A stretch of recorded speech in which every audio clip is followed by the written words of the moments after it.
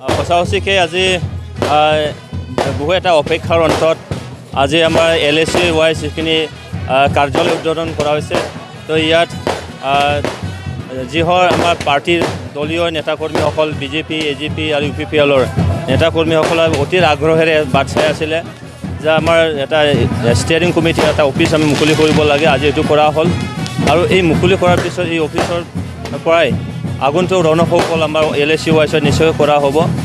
আৰু মই অতিকৈ ভাল লাগিছে যে আজি NDA হিচাপে আমি যেনেকৈ গোটেই মানে কোকৰাঝাৰ লোকসভা সমষ্টি যেনেকৈ ধৰণে আগবাঢ়ি আছোঁ, ই আমাৰ এটা উৎসাহ যোগাইছে আৰু ই ভাল এটা ফলাফল নিশ্চয়কৈ আনি দিব।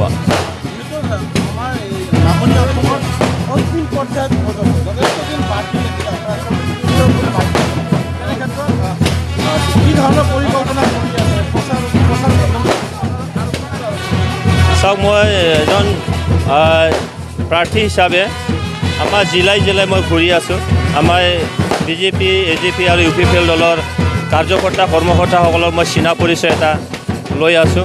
এতিয়াও মই কোকৰাঝাৰ জিলাৰ সৰলপাৰালৈ গৈ আছোঁ আৰু তাত আমাৰ দলীয় নেতাকৰ্মীসকল তিনিওটা দলৰ তেখেতসকলৰ লগত চিনা পৰিচয় হ'ব আৰু আগন্তুক তেখেতসকলৰ যিখিনি প্ৰিপেয়াৰ্ডনেছ সেইটো নিশ্চয়কৈ খবৰ পাতি লোৱা হ'ব।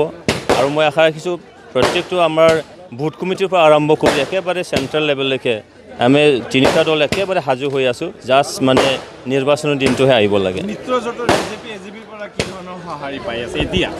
চাওক, আপুনি ইয়াতেই দেখিছে আমাৰ জিলাৰ সভাপতি তেখেত স্বয়ং আছে, তেখেতসকলৰ মানে কাৰ্যকৰ্তাসকল আছে, আমাৰ AGPৰ ফালৰ পৰাও আছে।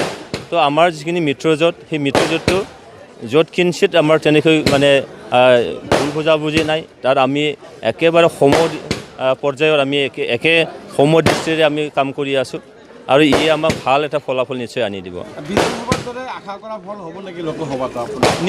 নিশ্চয় তাত কোনো সন্দেহ নাই, কাৰণ বিধানসভাত যেনেকৈ ফলাফল ৰাইজে দিছিলে, এইবাৰো অসম চৰকাৰ, BTR চৰকাৰ আৰু ভাৰত চৰকাৰে যেনেধৰণে উন্নয়নমূলক কাম কাজ কৰিলে, বিশেষকৈ এই অঞ্চলৰ শান্তিটো বিৰাজ কৰিলে, তাত আজি ৰাইজ বহুত উৎফুল্লিত, বহুত মানে খুচি, বহুত মানে তেওঁলোকে অধীৰ আগ্ৰহে বাট চাই আছে যে আগন্তুক লোকসভা নিৰ্বাচন, সেই নিৰ্বাচনৰ দিনটোহে আহিব লাগে আৰু তেনেদৰে আমি 70% ভোট নিশ্চয়কৈ আমি আদায় কৰিব পাৰিম।